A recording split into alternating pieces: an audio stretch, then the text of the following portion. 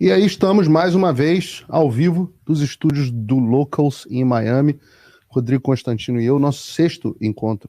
É isso? Tá contando? Sexto encontro, esse é o Boa. sexto. Promessa é todo mês. Todo mês. A gente tentar fazer aí essa conversa informal, descolada, temas que a gente vai lembrando muitas vezes na hora, sem pauta, É um bate-papo, né? sem produção, É um bate-papo. sem logo de empresa que é cheia de dedos e não pode criticar A ou B.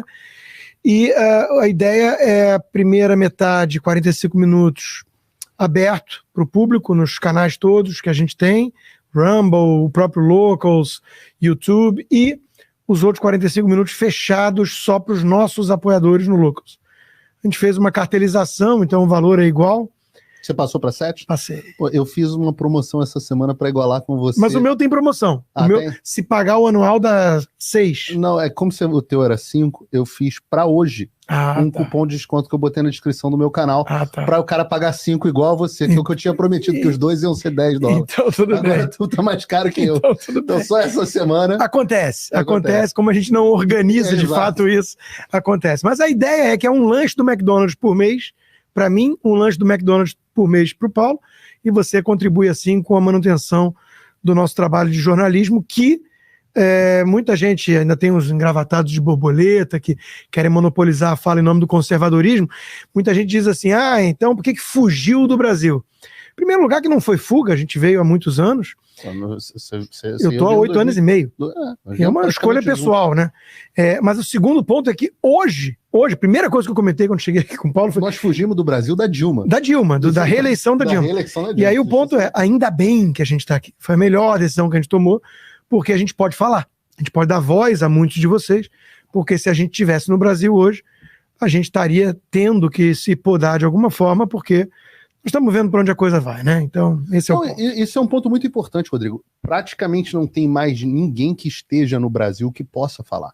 A gente conversa com as pessoas do Brasil, muitas estão aqui conosco o tempo inteiro, e os deputados e senadores apavorados, porque perceberam que não tem mais imunidade parlamentar, os jornalistas apavorados, sim, e o povo apavorado também. O 7 de setembro vai ser a melhor prova disso. A melhor prova do povo apavorado. Você sabe que eu contei isso no meu comentário diário para os apoiadores do Locals, que eu estava conversando com um deputado. Uma coisa que a profissão me trouxe foi boas amizades com bons deputados. Sim. Que nós temos, né? E eu converso sempre com eles para sentir a temperatura do Congresso, para sentir como é que as coisas estavam acontecendo, e um deles viu as minhas publicações nas minhas redes sociais, sentando o pau no povo, não ia às ruas no 7 de setembro, e ele me procurou e falou assim, Paulo, eu vou te confidenciar, nós tivemos uma reunião da oposição e as pessoas decidiram que por medo não vão apoiar a ida às ruas do 7 de setembro. Eu cheguei a jogar, diz essa pessoa, aí eu não tenho como verificar, esse deputado, falou, eu cheguei a jogar a ideia e só tive um apoio de conclamar o povo às ruas no 7 de setembro. E todo o resto ficou naquela... A gente está fazendo essa live no dia 6 de setembro, na véspera. Todo o resto ficou naquela de... Não. Olha só. Vamos adotar uma estratégia diferente. Eu acho que o Flávio, não sei se foi o Flávio Bolsonaro, alguém falou, vamos doar sangue. Eu vi. Como forma de protesto. Mas esse é um bom tema pra gente abrir lá. Doar sangue é sempre uma coisa boa. Eu lembro quando você participou lá do 4x4, que isso foi até um ponto de divergência e eu convergi para a sua visão. Falei assim, porque tinha aquela história do MBL. Tá muito em março. E aí eu consegui, realmente ver o big picture, que o MBL é um grupo de oportunistas que até apanha dos comunistas e tudo, mas eles se merecem, né? O João Willis apoia quando agridem a turma do MBL, que eles chamam de fascista. Mas não vem ao ponto isso. O ponto é que sair às ruas talvez seja, ou talvez fosse, a única opção do Brasil para tentar frear essa ditadura, uma vez que ninguém mais confia nos generais melancias. Mas o 7 de setembro em particular é um negócio mais complicado, porque aí vem a festa que o PT está tentando usurpar dos patriotas. Você vê as postagens todas deles, da própria presidência oficial, mostrando já o Palácio de verde e amarelo, a Brasília ali com a projeção, né, nos prédios do verde e amarelo. Eles estão tentando falar em união, em patriotismo, e eles ficaram incomodados com essa ideia de boicote. Basta ver os assessores informais de imprensa, os jornalistas, Ricardo Noblat e companhia, falando, então os patriotas só saem na rua para dar golpe. Eles estão incomodados com o fato de que vai flopar, vai micar o 7 de setembro, só vai ter segurança, porque eles estão reforçando mais do que a posse de Lula, com esse clima de que os golpistas podem agir, que é tudo narrativa. E aí, Paulo, vem na véspera, que é a notícia que a gente vai ter que entrar hoje, o editor do Brasil, que é o ministro Toffoli, que é ex-advogado da CUT, do Lula, do PT, ex-funcionário do Dirceu, e diz que, Odebrecht, não precisa nem mudar de nome, volta com o nome Odebrecht, porque não teve nada aqui, né? Eu quero entrar nesse assunto. O clima é de prender Deltan Dallagnol e Moro. Eu sei a sua opinião em relação ao Lava Jato. Você sempre foi um crítico. Eu vou fazer um spoiler aqui. Tem vários problemas. A decisão do Toffoli foi juridicamente perfeita. Aí é complicado.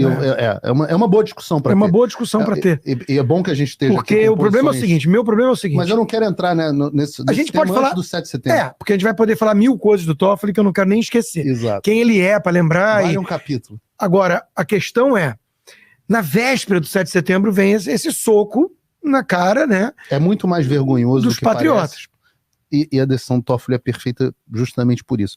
Mas o meu ponto nessa história, que eu quero ainda voltar no 7 de setembro, não queria soltar esse assunto ainda, que eu acho esse raciocínio de que as pessoas estão não indo à rua em forma de protesto um engodo. Eu acho ele um engodo lógico. O pessoal está preocupado com a flopagem, o pessoal estaria muito mais preocupado com, de fato, o povo nas ruas, com cartazes e placas dizendo fora Alexandre de Moraes, fora Lula, que seja, porque eu acho que as pessoas ainda vão demorar para convergir a pauta central, mas imaginar que o PT está mais preocupado com as pessoas ficando em casa, que é o status atual, do que com o povo na rua apresentando as suas demandas, eu diria que é uma sandice lógica. Não tem a menor dúvida. E todo tirano se preocupa com o povo na rua. É claro. O que o Putin fez logo no início foi um jeito de impedir que isso acontecesse, que é o que o Alexandre de Moraes está fazendo. Exato. Ele sentou porrada nas oposições quando saíram nas ruas. Recomendo a todos o livro Winter is Coming, de 2015, do Garry Kasparov, o grande enxadrista e ativista pela liberdade e democracia na Rússia. E eles fizeram oposição, mas o Putin comprou a mídia toda. Check. Né? Check. Dominou os meios financeiros. Dominou os meios financeiros, os oligarcas que tinham poder de fazer oposição foram expropriados, tipo Rodorkovsky, que foram presos em alguns casos, e os oligarcas aliados de Putin assumiram as empresas. Quase check, né? Alguns empresários grandes no Brasil continuam intimidados e sob inquéritos ilegais. E quando a turma mesmo assim foi para a rua, sentaram na porrada e prenderam centenas num protesto alegando que eram perigosos, antidemocratas, golpistas e agentes da CIA. Check. Então não tem a menor dúvida que eles querem impedir as pessoas de ir para a rua. Meu ponto não é ir para a rua ou não. Meu ponto é o 7 de setembro tem que ter luto, a nação, os patriotas.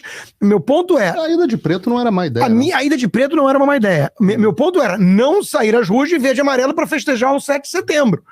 Esse era meu ponto. Não, mas eu não acho que as pessoas fossem pra rua festejar o 7 de setembro. É o que a Soraya Tronic quer. Em primeiro lugar, eu acho que festejar o 7 de setembro, a data da independência do Brasil, é bacana, independente de quem tá no poder. Utilizar esta data como uma forma maciça de protesto é um momento único, porque é uma data. Nós tivemos os maiores protestos em 7 de setembro. Sim, eu lembro, no passado eu no Rio de Janeiro. Pois é. Em Copacabana, eu encontrando o Nicolas Ferreira, a gente nem conseguindo se falar. Tamanha a quantidade de gente humilde, gente do povo, que estava lá para defender, né, as liberdades e a Constituição. Mas hoje, se você virar e falar... Eu não acho que ninguém que fosse para o 7 de setembro na praia de Copacabana ou na Avenida Paulista, de preto de preferência, mas até podia ser de verde e amarelo, com um cartaz fora Alexandre de Moraes, eu não acho que havia o menor risco dessas manifestações serem utilizadas como manifestações de apoio ao governo. E digo mais, se fossem, era bom, porque a próxima era maior.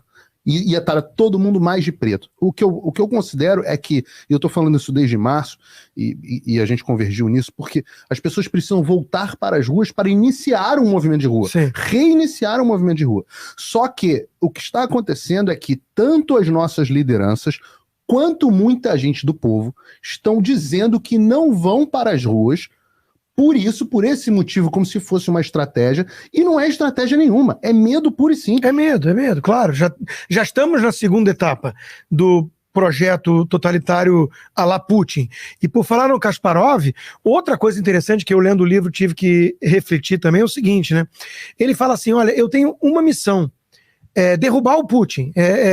No momento, ele é o maior entrave à democracia na Rússia, ele tem que cair. Então, eu não importo que esteja do meu lado a turma dos comunistas.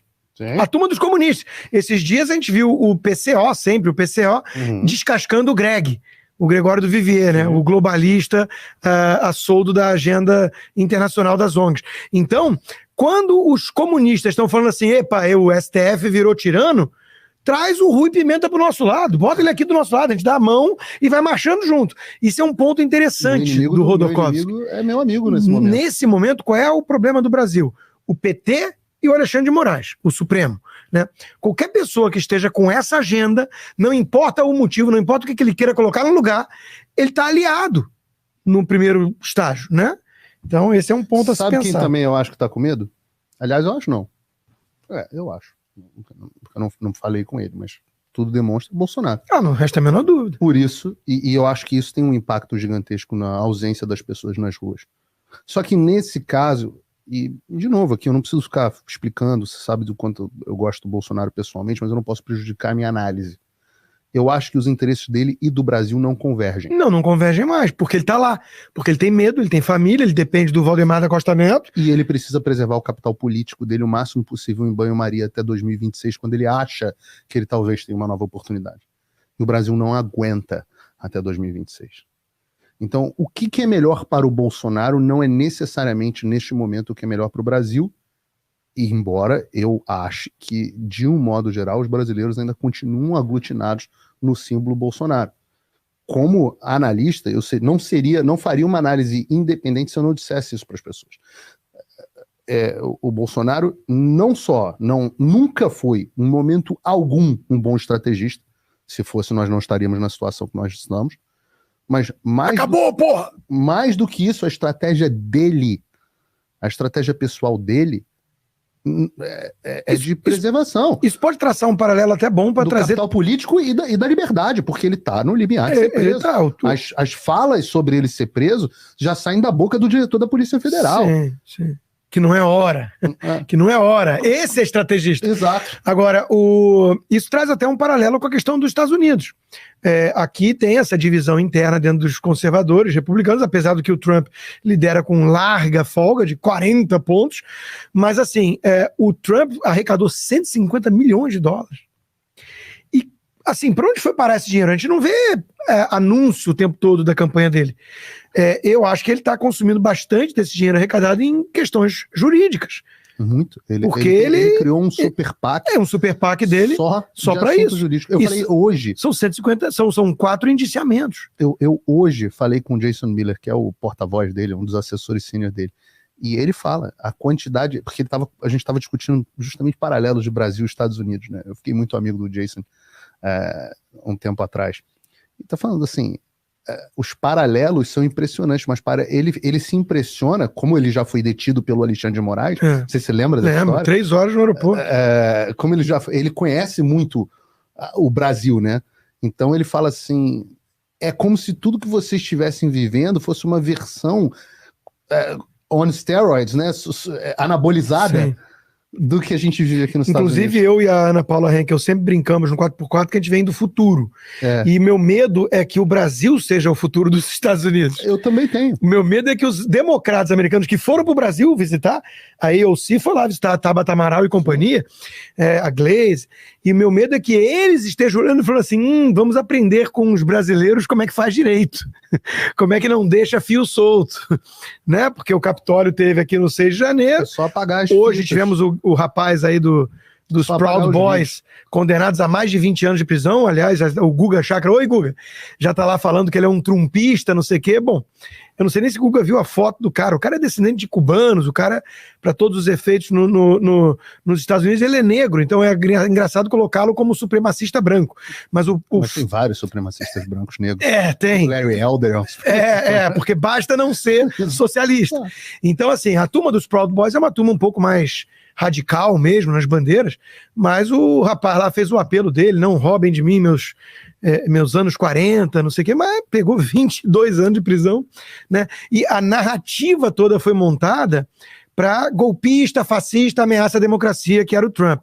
Bom, não conseguiram culpá-lo por incitar isso, ao mesmo tempo ficaram num dos indiciamentos no limbo, porque ele não pode ser acusado de incitar a insurreição, porque ele não fez isso, e é uma coisa muito clara, muito objetiva, mas ao mesmo tempo já tem gente do Partido Democrata sugerindo usar a 14ª emenda para torná-lo inelegível. E a 14ª emenda é o caso do cara ter praticado algum movimento de incitação à insurreição. E a 14ª emenda, se você ler, ela é claramente não inclui o presidente. Ainda tem isso? O texto da 14ª emenda não inclui a presidência. E foi propositalmente deixado de fora pelo legislador. Interessante, né? Interessante. Mas o paralelo que eu acho interessante de traçar é o seguinte: e eu falei isso pro Jason, eu falei, olha só, todos os indiciamentos do Trump, o pessoal vai atrás de alguma lei. Então eles não conseguem indiciá-lo por insurreição porque não tem nada na lei. Então o pessoal vai atrás de algum... Essa é a diferença pro Brasil. O Brasil não precisa de lei. Nada. O Brasil não precisa de lei, da cabeça deles. É da cabeça deles. Totalmente da cabeça deles. Agora, só pra gente amarrar esse assunto do 7 de setembro, eu falei que as pessoas deviam ir às ruas em março, vou continuar dizendo que as pessoas deveriam ter ido à rua amanhã no 7 de setembro, agora já tá claro que elas não vão mais. Eu enxergo que há ser o símbolo do Brasil, da direita no Brasil, tem ônus e bônus. O bônus é que você tem os meios de ação para melhorar o país, isso é um bônus. Os ônus é que você tem a responsabilidade de exercer esses meios da melhor forma possível. Você não pode o fardo da elite. Então, se você, no caso do presidente Jair Bolsonaro, se você não quer mais liderar o país, comece a ajudar a construir uma nova liderança. Passa a bola, sai de cena. Concentrar esse símbolo e, ao mesmo tempo, não liderar o país porque você não pode por conta dos seus interesses pessoais, não é correto, não é bom. Sim. Eu quero ver, no dia 3, no início de setembro, no início de março, a desculpa era do MBL. E a gente concordou que isso era uma desculpa que não fazia sentido no final das contas. Agora, a desculpa é que não é para não prestigiar o PT. Eu quero ver no 15 de novembro qual vai ser a desculpa dos medrosos. Se no dia 15 de novembro, qual vai ser a desculpa para mandar as pessoas não irem para as ruas? Ou para não mandar as pessoas irem para as ruas? Agora, só um parênteses que a gente tem que fazer, porque você usou a palavra medrosos, e de certa forma, claro que é uma covardia. Ter medo, né, das consequências... Não, ter medo não é um problema. O problema é se dobrar ao medo... Se dobrar e se curvar. Agora, o meu ponto é o seguinte, é óbvio que nesse aspecto é mais fácil a gente conclamar, né, as pessoas a irem para as ruas assumindo os riscos. A gente assumiu muitos riscos e paga um preço bem alto, né, dessa nossa militância, mas assim, no Brasil o risco é cana mesmo. A moça... Quem vai para as ruas? Geral, né? Para quem mobiliza, para quem financia. Olha lá a moça lá, a Socialite, o Globo, essa porcaria chamada Globo, esse lixo, esse antro de vagabundos, de prostituídos de alma, que se chama Globo, fazendo campanha todo dia para a tirania em curso no Brasil. Então, eles ontem, na manchete deles, tratando aquela mulher que ajudou a pagar para as pessoas irem para frente dos quartéis, tratando ela como uma terrorista perigosa. E ela, você vê as mensagens, eles falam assim, como se tivessem pego coisas, né, a marca no batom do golpista terrorista. Aí tá lá ela assim, gente, tem que ter intervenção militar, senão acabou o país. Bom, em primeiro lugar, não teve intervenção militar e o país está acabando. Segundo lugar, tinha muita gente que defendia a tese de intervenção militar dentro de uma prerrogativa constitucional. Sim. Isso era um debate. Então não vamos cair nessa de que quem falasse em artigo da Constituição era golpista. Não, isso é a narrativa da Globo e do PT. Estão felizes em salvar a democracia com essa corja? Então, assim, a pecha de golpista, empresários que foram perseguidos, que têm negócios para tocar, que têm funcionários, família, eles estão pagando um custo bem alto. Estão pagando um custo bem alto. Eu acho essa uma separação bem feita, importante de fazer. Em primeiro lugar, nós já estivemos juntos em várias manifestações, você esteve em outras, eu esteve em outras, onde não estivemos juntos. Nunca deixamos de ir em manifestação. Sim. Então, as pessoas que... Em segundo lugar, as pessoas que falam assim, vem pro Brasil então. Falo, agora não dá. Eu não posso, eu não tenho nem perdi passaporte. O aniversário de 50 anos da minha irmã. Exato, eu não tenho nem passaporte, como é que eu vou pro Brasil? Essa fala é da fala de pessoas que viram e falam como se, vocês estão falando isso e é fácil daí. Talvez essas pessoas não saibam que desde do dia 30 de dezembro de 2022, ou seja, há mais de 9 meses, você e eu estamos com todas as nossas contas bancárias e ativos financeiros congelados, com o nosso passaporte brasileiro, que é a nossa cidadania no exterior, cancelado. E as redes sociais com todas censuradas. As nossas redes sociais, que somam aí para cada um 5 milhões de pessoas, censuradas, impedidos de... Tivemos nossa cabeça na emissora que nós trabalhávamos, em programas onde nós éramos degolada por pressão do sistema. Por pressão do sistema. Arrastados para inquéritos ilegais. Eu, no caso, talvez equivocadamente ou não, mas eu prestei oitiva à Polícia Federal, tratado que nem marginal, por crime que não dá para nem saber. Então é o seguinte, poucas pessoas sofreram mais as consequências de falarem o que falam do que nós. Mas mais do que isso, e você sabe do que eu estou falando, interlocutores sempre se apresentam dizendo que se a gente tirar o pé, tudo fica bem. Não vai acontecer. Se nós tirarmos o pé, se nós começarmos a falar, não, para de falar mal do STF, do Alexandre, não sei o quê, aí a gente articula para devolverem as suas redes. E tanto nós dois, tanto você quanto eu, não vamos nos curvar a esse ponto. Não, eu vou dobrar a aposta, porque eles estão dobrando a aposta do lado de lá. Então, o Brasil está indo para o abismo muito rápido. E esse é o ponto. Eu abri um novo Instagram, falei para você abrir também, e já sei que vão bloquear, e eu vou abrir o quarto, esse é o terceiro, eu vou abrir o quarto e o quinto, e vou fazer igual o Alan, abrir até não parar. Então, não é que nós não vamos... nós vamos continuar falando a verdade, e não vamos deixar de falar a verdade por medo. Agora, eu não sei de pessoas que tenham ido presas porque estavam protestando em 7 de setembro ou em qualquer outra data. As pessoas que eu sei que foram presas e perseguidas no Brasil são pessoas que, estavam invadindo, invadindo pode ser um termo não correto, uma vez que houve um certo convite de certos agentes, ao que parece, para a entrada das pessoas nos prédios públicos, pessoas que caíram na pilha de infiltrado, então essas pessoas foram presas, pessoas que estavam acampando no QG do Exército do Lula, eu digo Exército do Lula porque o Lula é, desde 1º de janeiro, o comandante em chefe das Forças Armadas, então, do mesmo jeito que o Bolsonaro dizia o meu exército, o Lula agora pode dizer o meu exército. E o Dino pode dizer minha Polícia Federal. A minha Polícia Federal. Que tem a sua causa, Lula. Que tem a causa do Lula. Ele confessa, né? Aí depois ele fala do Brasil, como se convergissem, né, as agendas. Outras pessoas que foram presas foram pessoas que estavam falando coisas na internet. Então, neste sentido, é mais perigoso você fazer qualquer coisa na internet do que nas ruas. As pessoas que têm a sensação do anonimato na internet, esse anonimato é absolutamente ilusório. Mesmo que se você estiver usando um VPN, que é algo que você deveria estar usando, deveria, até para poder acessar conteúdo do mundo todo, se você estiver usando um VPN, você estaria um pouco mais protegido. Mas em última instância dá para te pegar. Com o VPN dificulta bastante. Mas é incoerente o sujeito que está aqui nos comentários do vídeo xingando o Alexandre de Moraes e diz que não tem coragem de ir para a rua. Eu falo, aonde mais gente se ferrou falando coisa na internet do que... Agora, claro, o outro aspecto, o outro braço de asfixia é o financeiro. É o que você falou. São as pessoas que foram atrás dos empresários, as pessoas que foram... Muita gente que foi presa na área dos caminhoneiros, com a questão dos bloqueios de estrada, algo que a gente sempre desaconselhou. Sim. Então, Eu digo o seguinte, estou falando tudo. Mas hoje em dia eu não desaconselho uma greve geral, não. Não, greve geral é outra coisa. Sentar, cruzar os braços e parar o país. Mas ninguém é obrigado a trabalhar. Claro. Ninguém é obrigado a trabalhar. Aliás, a gente pode pegar vários vídeos do Lula no passado, sim, conclamando para greve. O Lula não gosta de trabalhar há muito tempo. Não, mas a defesa do direito de greve é algo intrinsecamente ligado à história do PT. Claro. Não, mas, e ninguém, como é uma forma de resistência pacífica, uma coisa quase no caso deles era criminoso porque eles queriam ameaçar ou espancar quem queria furar a greve e trabalhar. E nós nunca vamos defender isso. O cara quer trabalhar, ele tem o direito.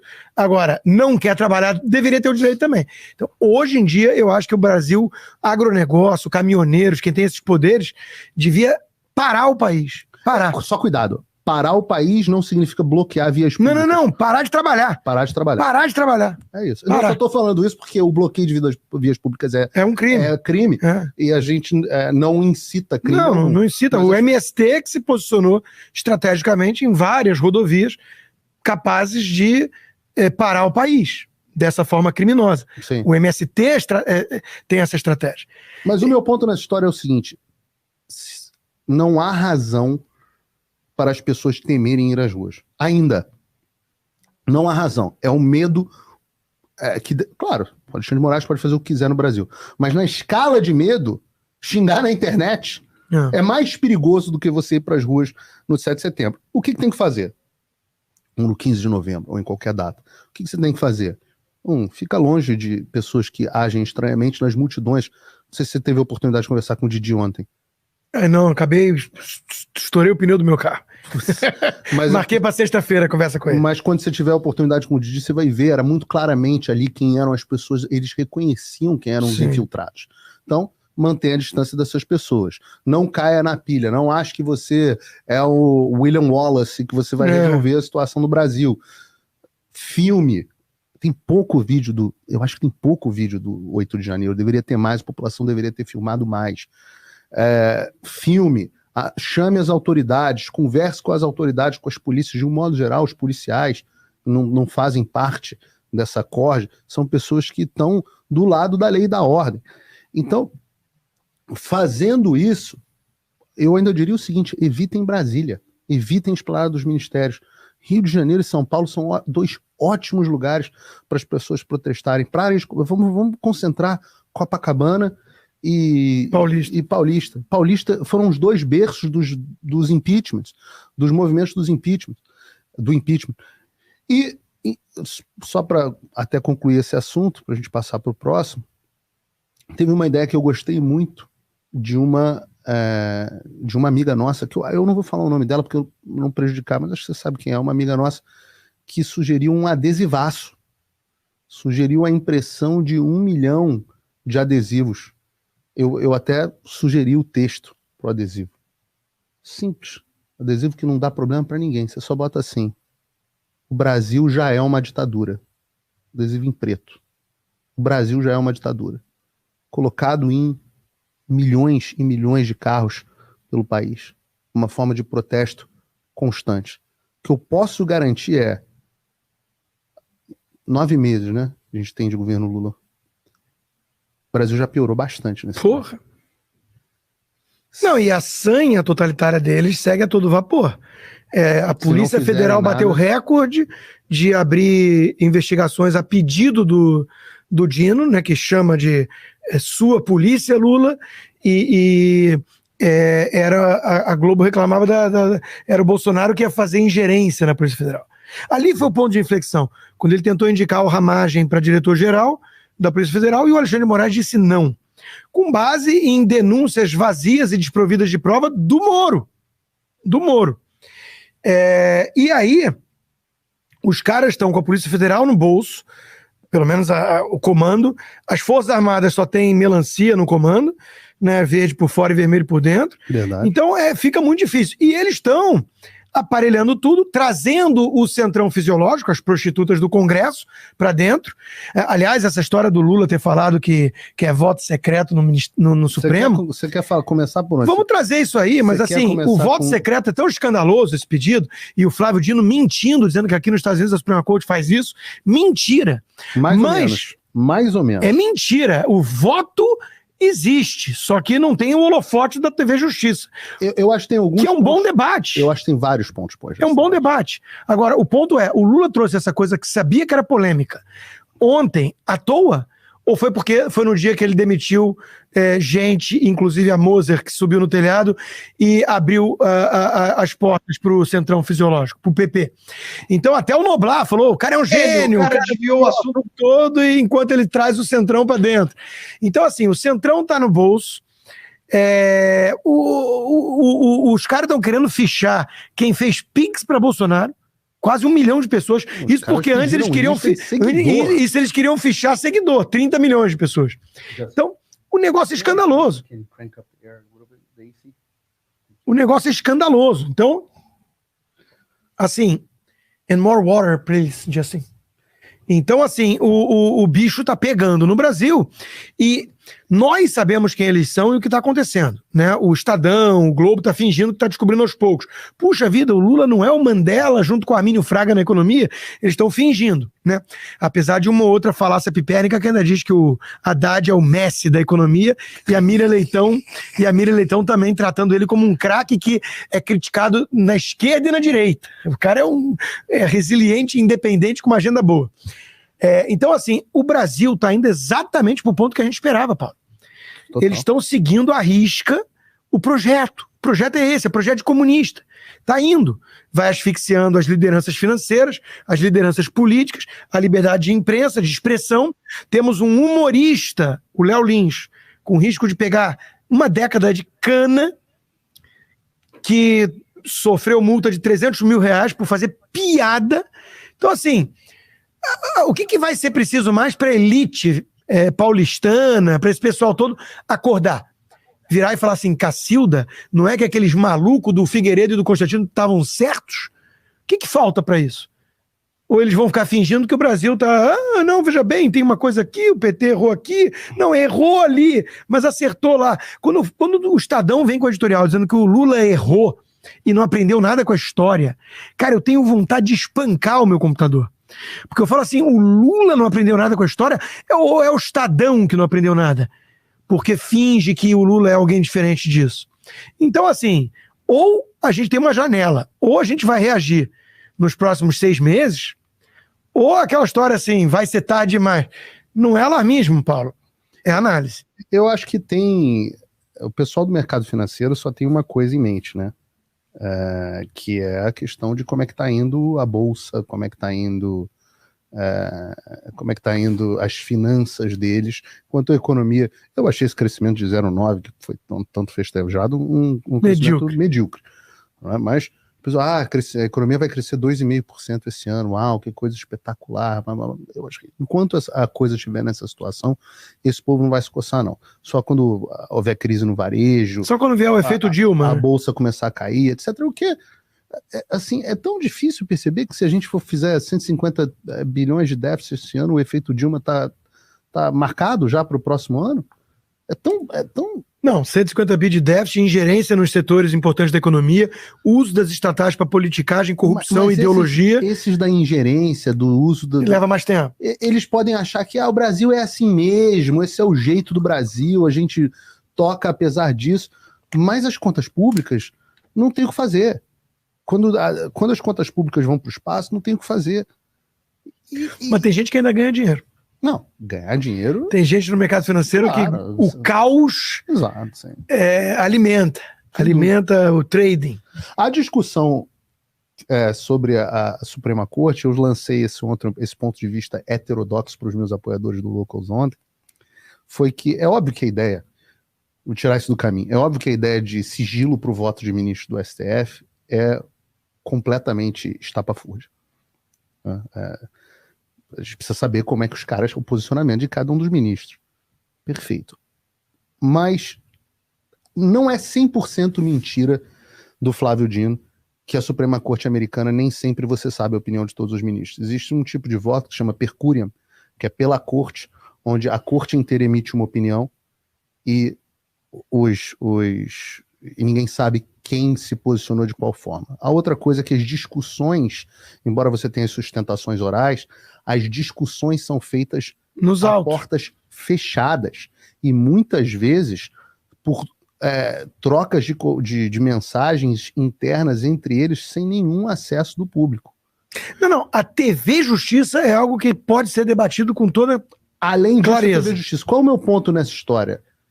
O meu ponto nessa história é que os tribunais, apesar deles deverem, todo servidor público ter, claro que ter accountability, os tribunais não devem se voltar às vontades populares. Eles devem ser escravos única e exclusivamente da lei.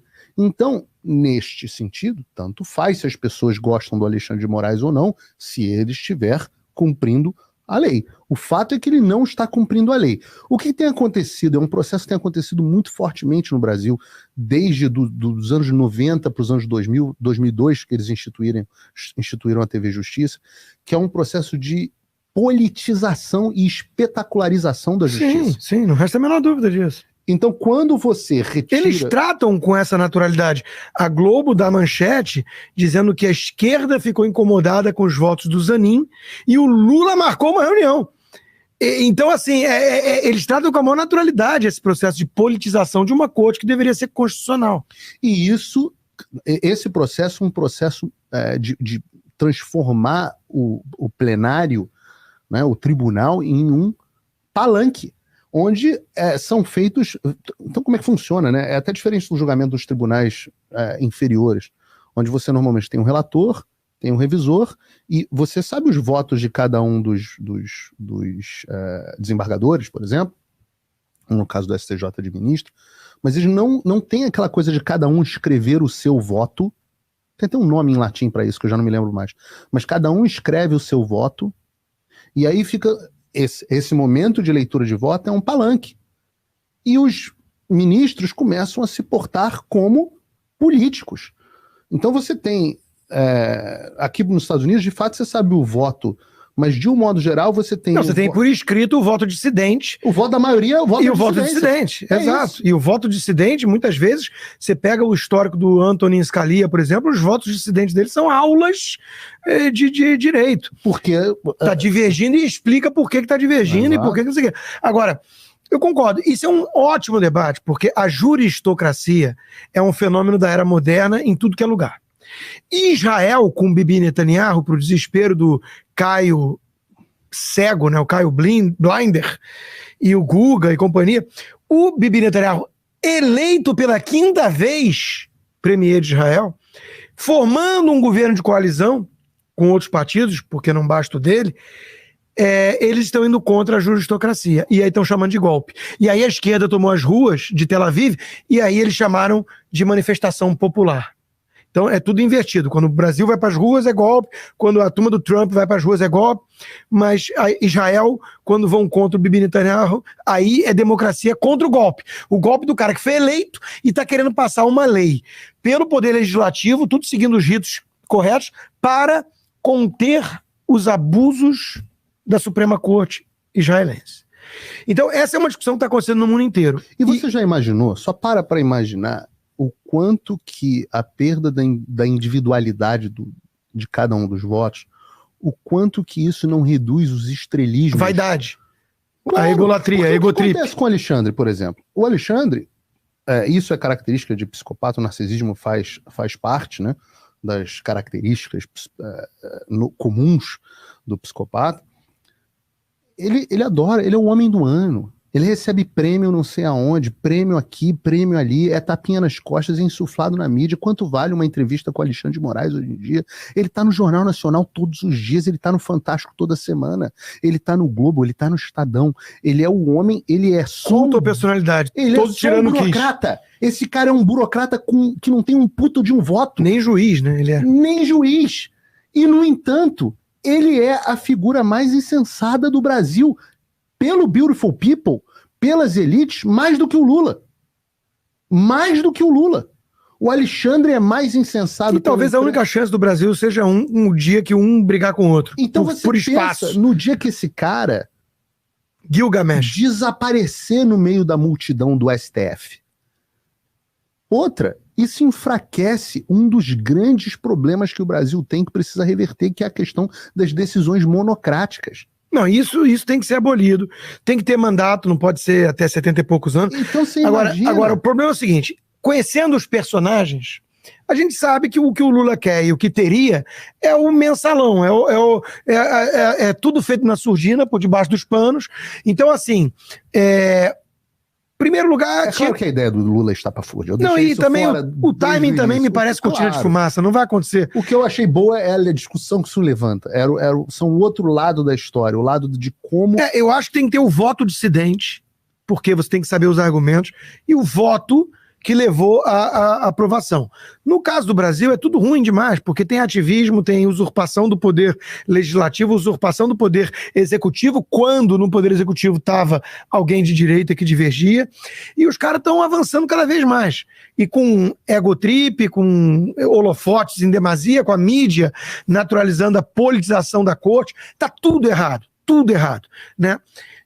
E como é que para um negócio desse? Porque essa discussão da juristocracia da era moderna, os próprios pais fundadores da América ficaram discutindo isso, os Federalist Papers fala muito disso. É muito difícil conter, né, a frase que é atribuída meu Deus, Rui Barbosa, mas dizem que nunca acharam de fato ele pronunciando ou escrevendo isso. A pior ditadura de todas é a ditadura do Poder Judiciário que não tem a quem recorrer. Se não foi ele que disse, uma pena, porque poderia ter sido e é adequada. O fato é o seguinte, como é que contém? Isso me remete a reflexões, Paulo, muito mais profundas e políticas até, sobre filosofia política.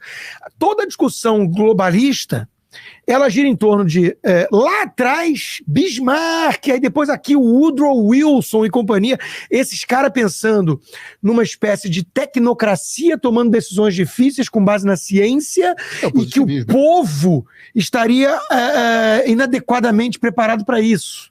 Então deixa que os iluminados ungidos da ciência vão tomar a decisão. Né? Uma casta de burocratas e tecnocratas desprovidos de paixões, de interesses e agindo em prol do bem comum. Pô, isso é a origem do Partido Democrata americano. Né? Como é que você freia essa porcaria sem checks and balances, sem o accountability do voto, sem a exposição da transparência ao eleitor? Isso em todos os aspectos. Você tem que ter uma tensão entre o funcionário de Estado, né? Por exemplo, a inteligência tem que ter funcionário de Estado, o Exército tem que ter gente que está pensando no Estado, não no governo. Mas como é que você cria algum tipo de accountability para essa gente se você não tiver de tempos em tempos uma chacoalhada perante o voto? Eu tenho algumas ideias. Assim, quando o sistema de república que nós temos hoje, idealizado lá pelo Montesquieu, do ponto de vista teórico, implementado na prática aqui nos Estados Unidos e depois copiado no mundo inteiro, quando ele foi implementado, no Federalist Papers, se não me engano, 78, o Alexander Hamilton fala que discute a possibilidade do que aconteceria se o Poder Judiciário se tornasse uma ditadura. Naquele problema, e eu estou escrevendo até sobre isso agora para uma aula no curso, para o próximo módulo. Naquele tempo isso não era muito problema porque as escolas de interpretação de direito eram textualistas e originalistas. Então a grande discussão era se o texto vale como ele está escrito de forma literal ou se vale o espírito original da intenção dos que criaram. Dos que criaram. Isso começou aqui nos Estados Unidos na década de 40 e 50, principalmente na década de 50, com o Living Constitution, com a Constituição Viva, onde você cria uma nova escola de direito que diz o seguinte, não, a Constituição é um organismo vivo. Ela evolui e está atenta aos mores, à moral do tempo. Exato, ao espírito, ao zeitgeist da sociedade, né? Então, e a outra parecida, mas não é a mesma escola, a escola teleológica do direito, onde você interpreta as leis de acordo com as intenções finais da lei, e você entra com um movimento como, por exemplo, o John Rawls, da Escola de Direito de Harvard, onde diz que a lei é um instrumento de justiça social. Aí lascou. Então, todas essas pessoas que eu estou citando, todas essas escolas, influenciaram a Escola de Direito de Harvard, de onde saíram a maior parte dos grandes juristas americanos. Então, e óbvio, isso tem consequências na Europa, isso tem consequências no Brasil. Mas a grande mudança foi o fato do juiz que antes o judiciário tinha pouco check and balance porque o juiz era escravo da letra da lei. Era escravo do legislador. Então quem era o check and balance dele? Era o legislador que determinava o que ele podia ou não fazer. Quando a Constituição é um organismo vivo, quando você pode interpretar a lei de acordo com hermenêutica infinitamente elástica. Então, o que significa? Não há mais check and balance. Então, todo juiz é um ditador. E ele pode fazer o que ele quiser. Então, quando a gente fala de STF, eu tenho certeza que a gente está com uma audiência gigantesca, quase 10 mil pessoas assistindo, nos múltiplos canais. Quando eu falo sobre... eu tenho certeza que tem muito advogado nos assistindo aqui. Sim. E eu conheço poucos liberais, infelizmente. Sem dúvida nenhuma, mas é porque tem tanto advogado, é um percentual pequeno, mas como tem muito advogado no Brasil, tem vários advogados de direita que estão nos assistindo agora. E eles vão te falar, eles podem falar, eu peço até que comentem no chat se puderem. É assim mesmo nos tribunais inferiores. Em todas as varas, direito comercial, direito de família. O cara fala, o juiz nem lê mais o que eu escrevo, ele decide o que ele quer. E o juiz decide o que ele quer, normalmente baseado no conchavo da relação que ele tem com o escritório de advogado. Se você é um advogado pequeno, você sequer é recebido, você não despacha mais com o juiz. O juiz não bota nem mais um secretário para despachar com você. Porque os tribunais viraram agências de lobby.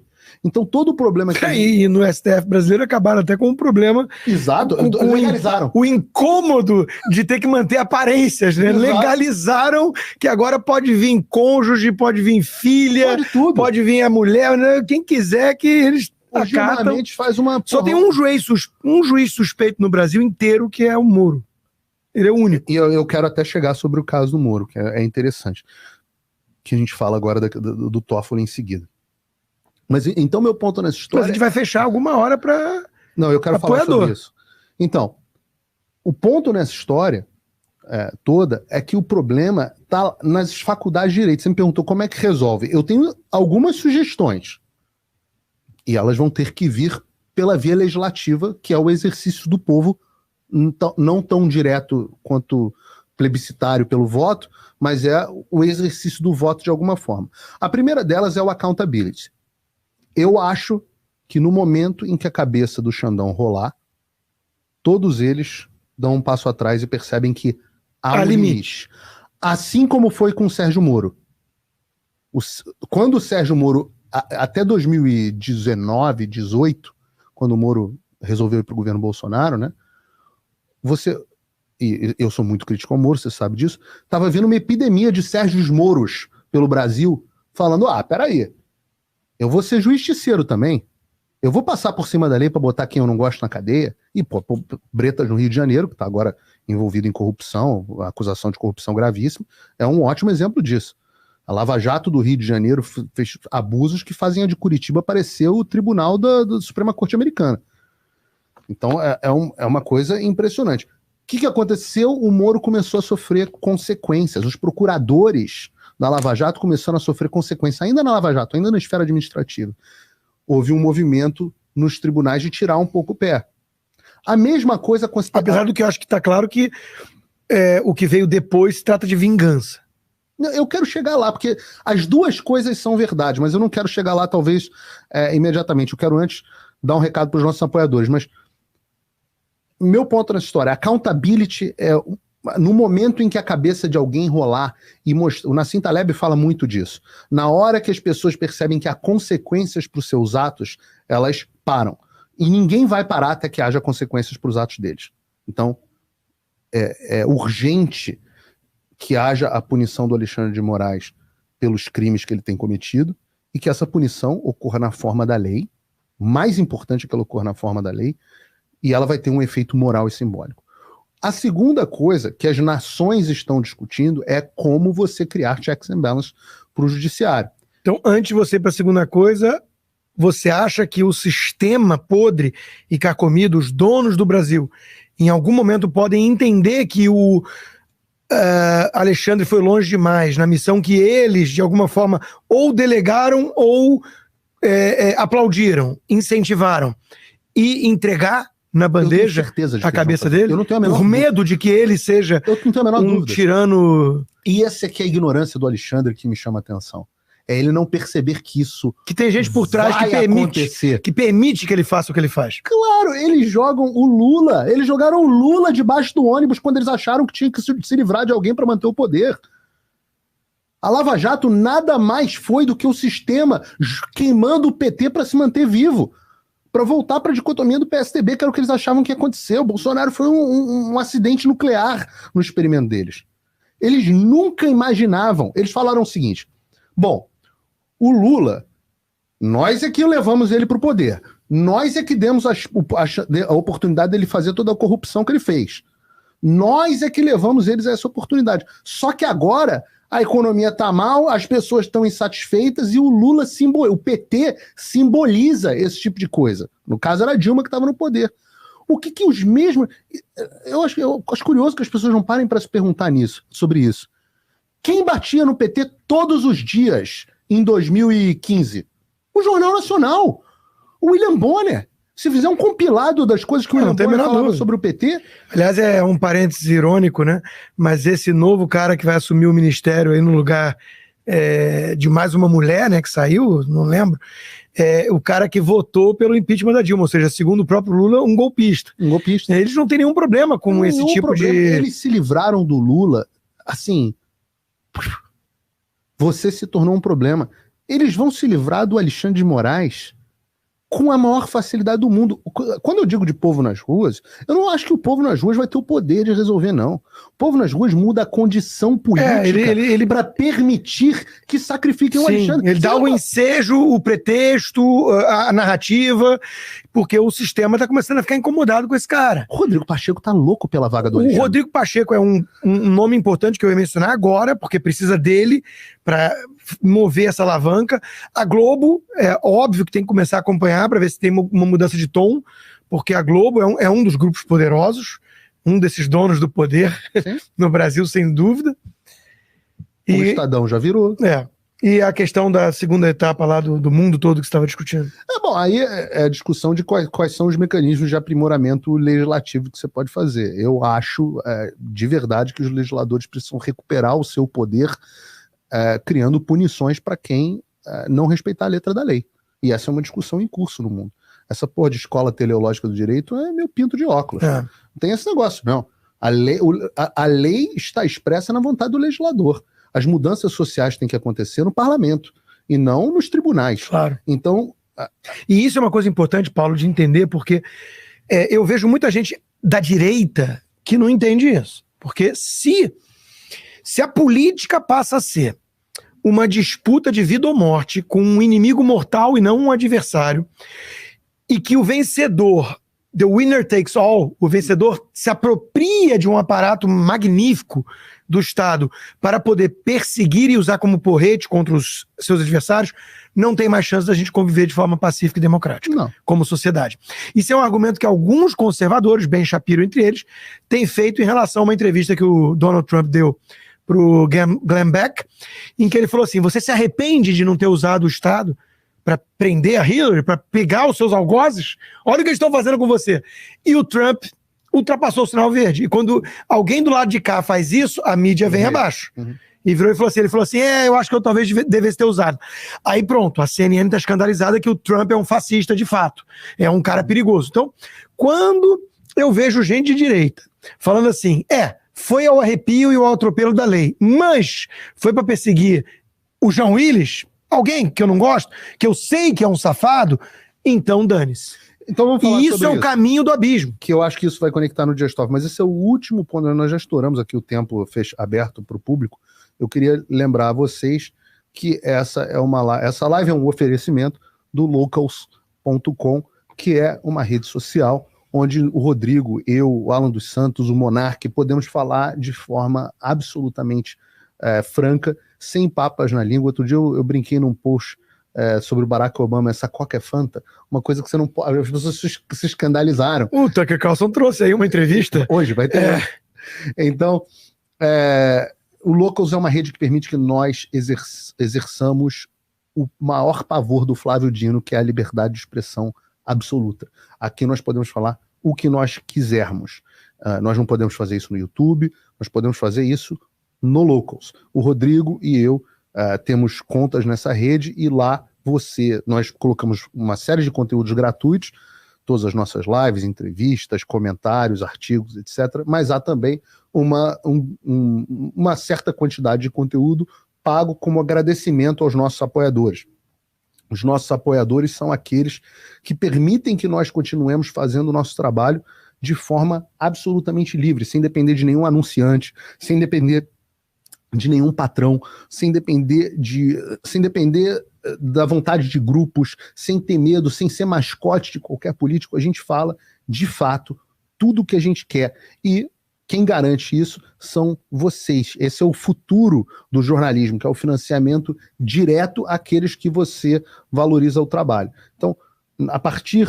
a gente vai fazer mais esse tópico e a partir daí essa live vai ser fechada para os nossos apoiadores do Locals.com. Tanto os meus apoiadores quanto os apoiadores do Rodrigo. Nos dois Locals isso está sendo transmitido.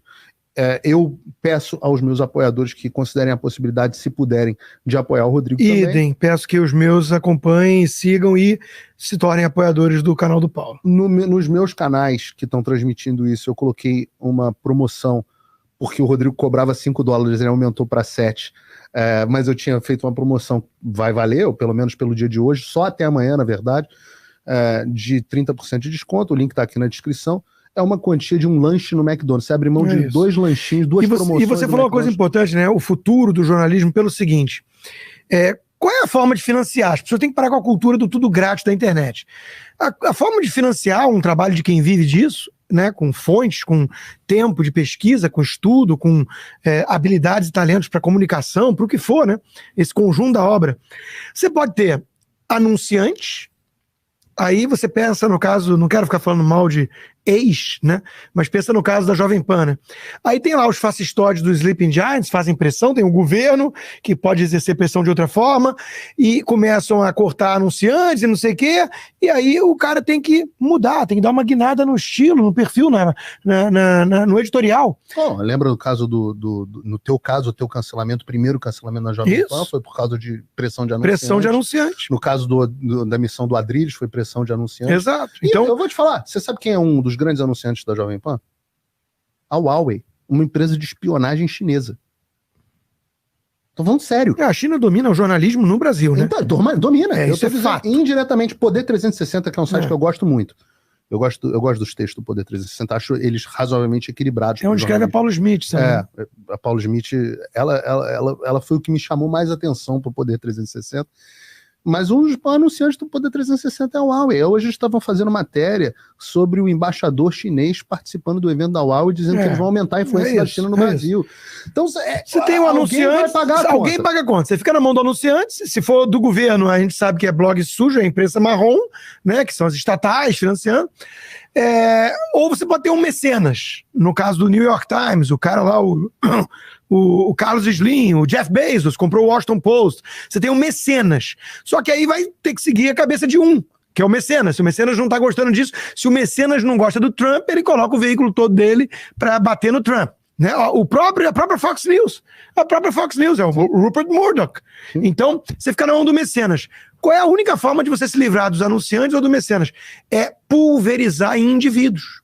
Os vários indivíduos pagam uma quantia não tão expressiva para cada indivíduo, que viabiliza o trabalho jornalístico, e se um ou dois se irritarem com o teor de alguma coisa que eu disse, assim, paciência, não dá para agradar todo mundo o tempo todo, até porque eu não faço para agradar.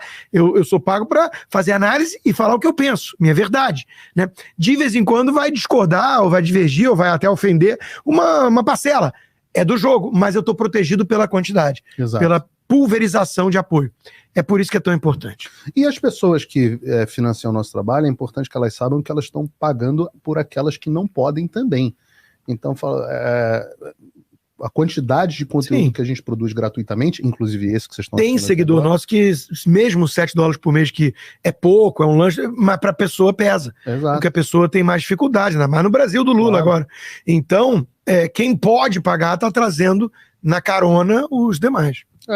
As pessoas... O que eu posso fazer? Dar voz a quem te dá voz é uma das coisas que você pode fazer. A moral da história é que daqui a pouco esse vai ser o último tópico. Você pode entrar em realpfigueiredo.locals.com ou rodrigoconstantino.locals.com. Os links, imagino que estejam na descrição do Rodrigo, meu na minha descrição. Vocês podem entrar e lá a gente vai transmitir fechado para os nossos apoiadores a partir do próximo ponto.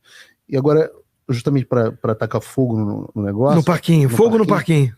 Eu ia falar sobre o negócio do Dias Toffoli, que é exatamente aquilo que você estava falando. Sobre... Eu acho a fala do Dias Toffoli talvez uma das maiores vergonhas do judiciário brasileiro, mas não da forma que o Dias Toffoli veja. Por quê? Porque direito, você tem que prestar atenção na matéria, claro, mas você tem que prestar atenção na forma. As duas coisas são importantes.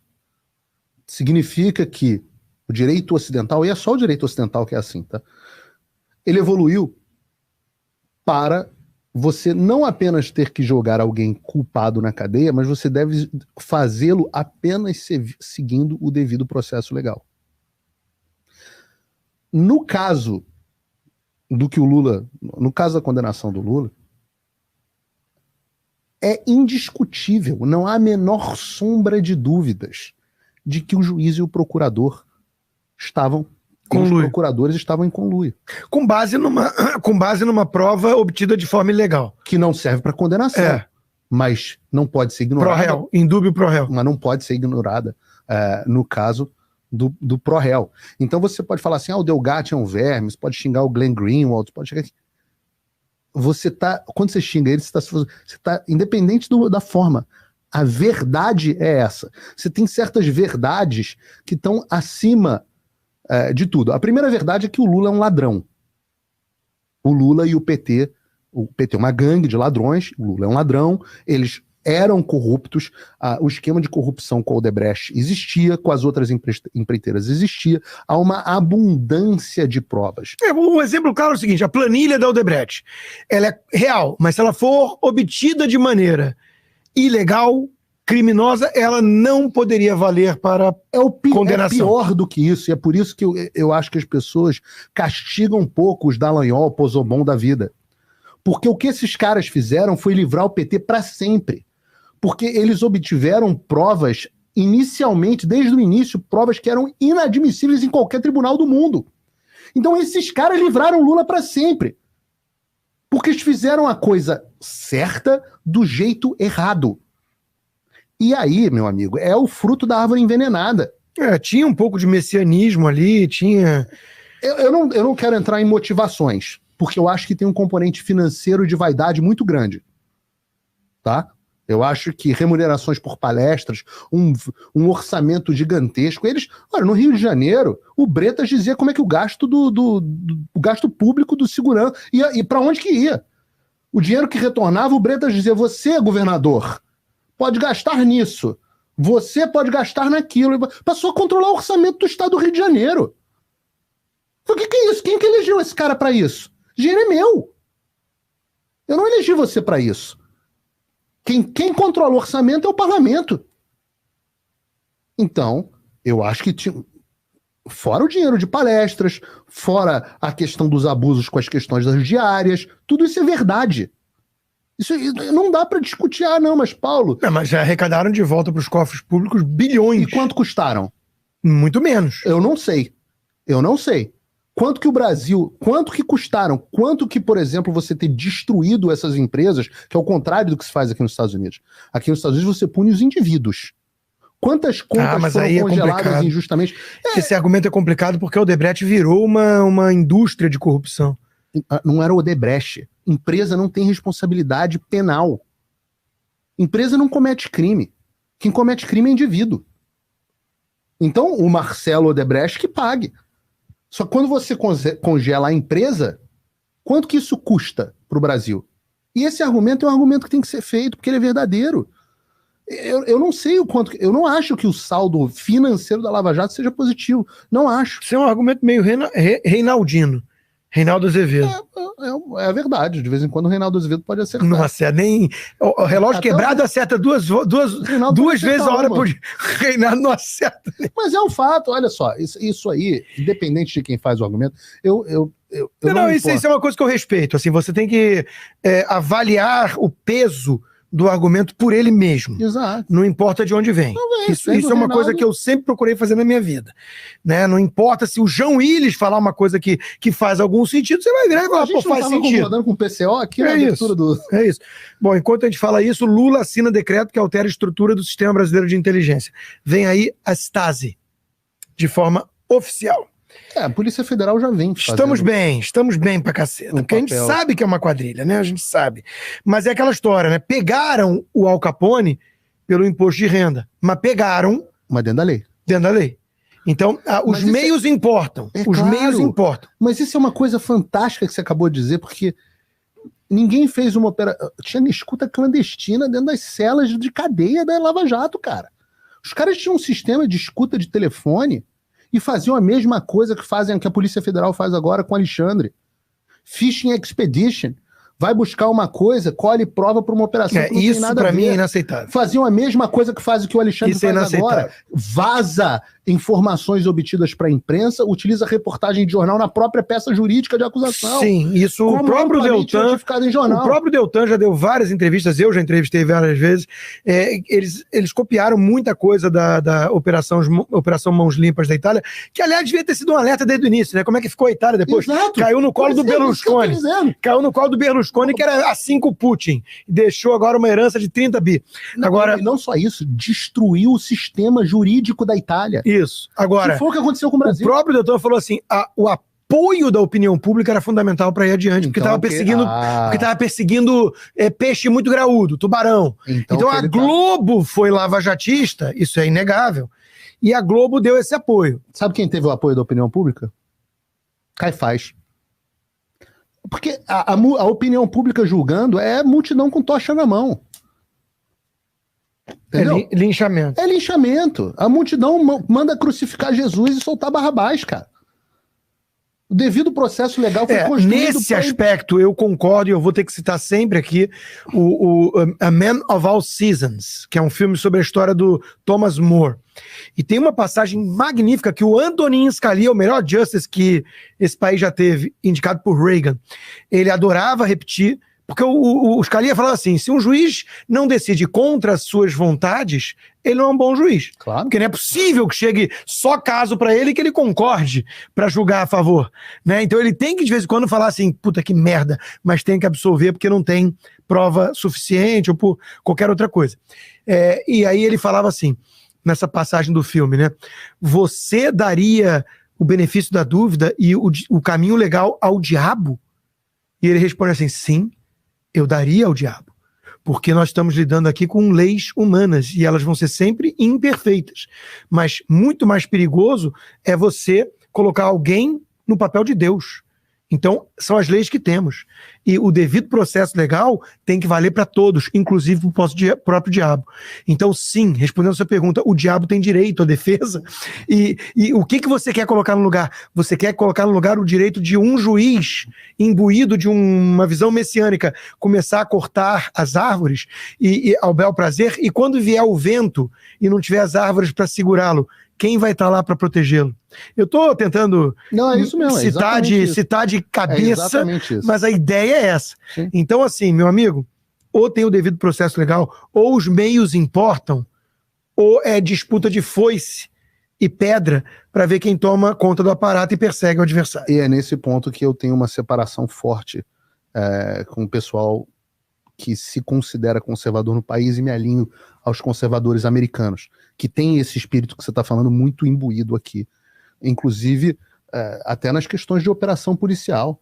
Eu acho que a direita brasileira ignora quando tem abuso cometidos. O Matt Walsh fala muito isso aqui. Exato. O policial, ele é pago para correr mais risco.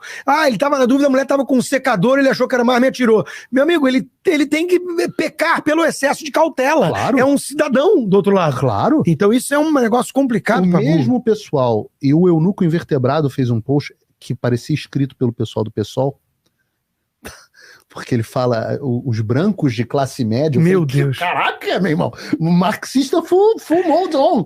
É sobrevivência, né? O monstro do boleto. Pô, meu irmão, mas não tá funcionando também, porque eu não sei onde ele anda. Tá ruim. Mas o fato é o seguinte, o ponto correto do que ele estava dizendo não são os brancos de classe média, mas tem muita gente na direita que está reclamando da falta do devido processo legal com o pessoal do 6 de janeiro, mas acha que a polícia tem que passar o cerol. Sim. Isso é normal. E a polícia deve passar o cerol em bandidos que representem uma ameaça. Não, que você chega sendo recebido com bala de fuzil, tem que atirar. Agora, o problema é o seguinte, não são justiceiros, não são vingadores. E o Brasil vive uma guerra civil velada, como tem impunidade, como o povo não aguenta mais tomar no lombo, o povo começa a defender o linchador. Mas a Lava Jato foi isso. Esse é o ponto. A Lava Jato era isso. A Lava Jato é a mesma coisa. Ó, eu escuto os mesmos argumentos dos dois lados. Na Lava Jato, eu escutava assim, da direita. Eles falavam assim, Paulo, isso tudo que você está falando aí, isso é coisa de Estados Unidos. Aqui no Brasil não tem lei. Não vale. Então, se não for desse jeito... Abaixo do Equador não precisa ter lei. Então, é a única forma... É lei da selva. É a única forma, esse jeito é o único jeito. Aí... Se você for... O Glenn Greenwald fez um debate com um outro cara outro dia, que eu não me lembro quem era. Mas tem muita gente que segue a gente que fala que os 4 linhas da Constituição do Bolsonaro deu nisso aí. Deu nisso aí. Exato. As pessoas falam isso.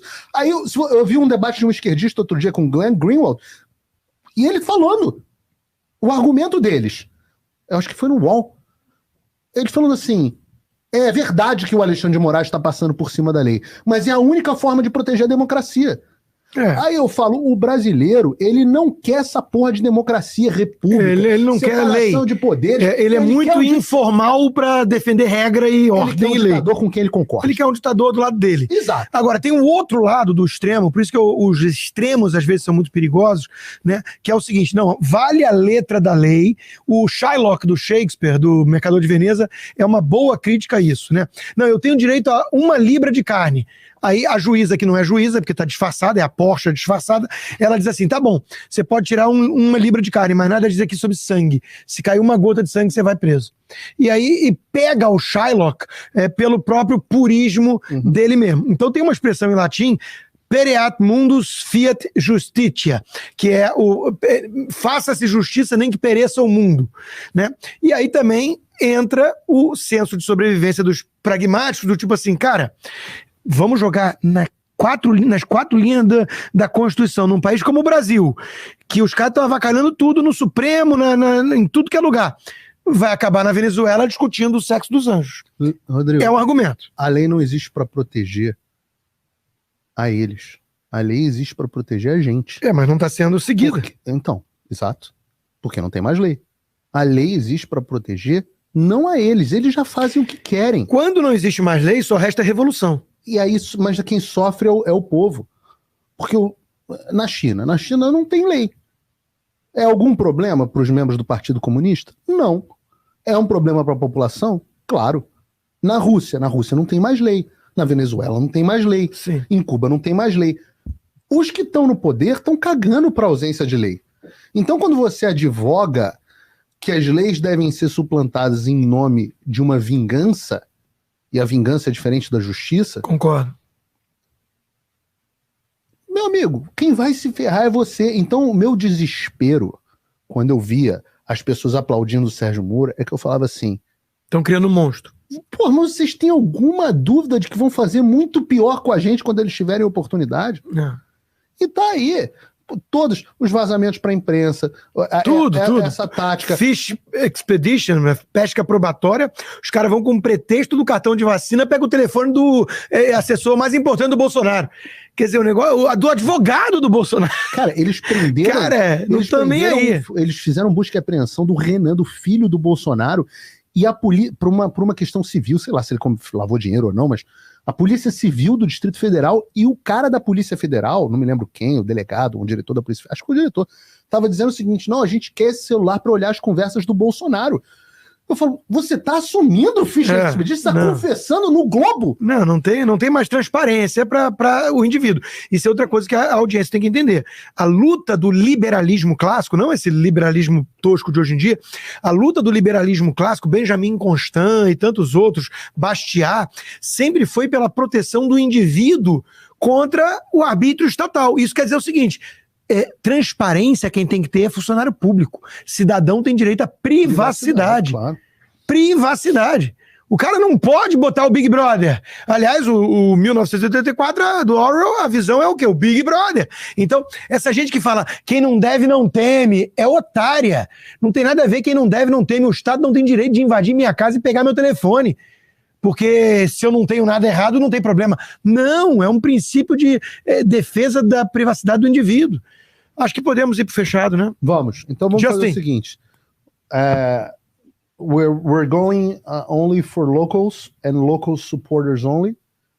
Pessoal, muito obrigado. A gente vai continuar agora pro locals. Link na descrição. Tornem-se nosso apoiador. Obrigado pelo papo. Mês que vem tem mais de graça um pouquinho. Mas nós vamos continuar agora com essa discussão boa, fechado para apoiadores do locals.